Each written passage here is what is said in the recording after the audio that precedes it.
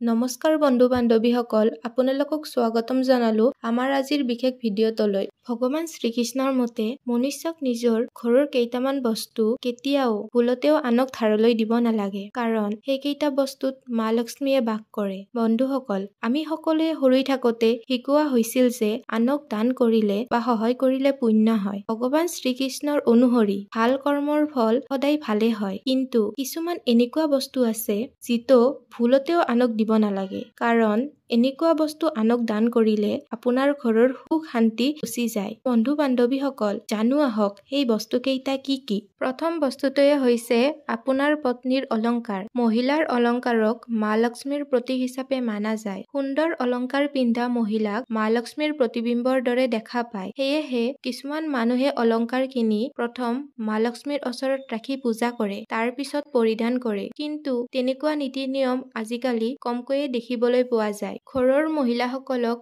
মা লক্ষ্মীৰ ৰূপ হিচাপে মানা যায়, সেয়েহে তেওঁলোকৰ গলত অলংকাৰ থকাটো সুখ সমৃদ্ধিক দৰ্শায়। সেইকাৰণে নিজৰ পত্নীৰ গহনা কাকো ধাৰলৈ বা দান হিচাপে নাইবা আনক ব্যৱহাৰ কৰিবলৈ দিব নালাগে। বিশেষকৈ মহিলাসকলে নিজৰ গলৰ মংগলসূত্ৰ, পাৱেল আৰু কাণফুলি কেতিয়াও আনক ব্যৱহাৰ কৰিবলৈ দিব নালাগে। এনেকুৱা কৰিলে মা লক্ষ্মী আপোনাৰ ওপৰত ৰুষ্ট হৈ যায়। দ্বিতীয় বস্তুটোৱে হ'ল ঝাৰু।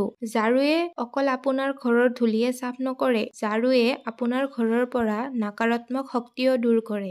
ঝাৰুক মা লক্ষ্মীৰ বাস হিচাপে মানা গৈছে, সেয়েহে নিজৰ ঘৰৰ ঝাৰু কেতিয়াও আনক দান বা ব্যৱহাৰ কৰিবলৈ নিদিব।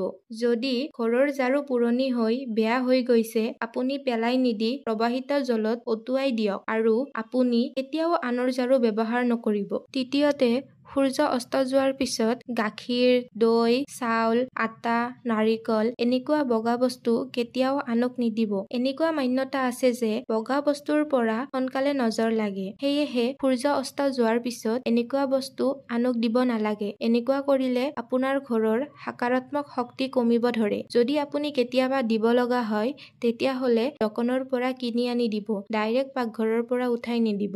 বন্ধুসকল, মা লক্ষ্মী ধনৰ দেৱী। মা লক্ষ্মীৰ কৃপা যাতে সদায় আমাৰ ঘৰখনত থাকে, এনেকুৱা চেষ্টা কৰিব লাগে। যদি আপুনি আপোনাৰ পত্নীৰ হাতত ধন জমা ৰাখিছে, এনেকুৱা ধন কাকো ধাৰলৈ দিব নালাগে। এনেকুৱা কৰিলে মা লক্ষ্মী আপোনাৰ ওচৰৰ পৰা গুচি যায়। বন্ধু বান্ধৱীসকল, আপোনালোক সকলোকে বহুত ধন্যবাদ আমাৰ ভিডিঅ'টোৰ লগত শেষলৈ জড়িত হৈ থকাৰ বাবে। আমাৰ আজিৰ এই ভিডিঅ'টোৰ অন্তত আপোনালোকক পাকঘৰৰ লগত জড়িত দুটা বস্তুৰ বিষয়ে ক'ম, যি দুটা আনক কেতিয়াও দিব নালাগে। সেয়া হ'ল বেলন আৰু টাৱা।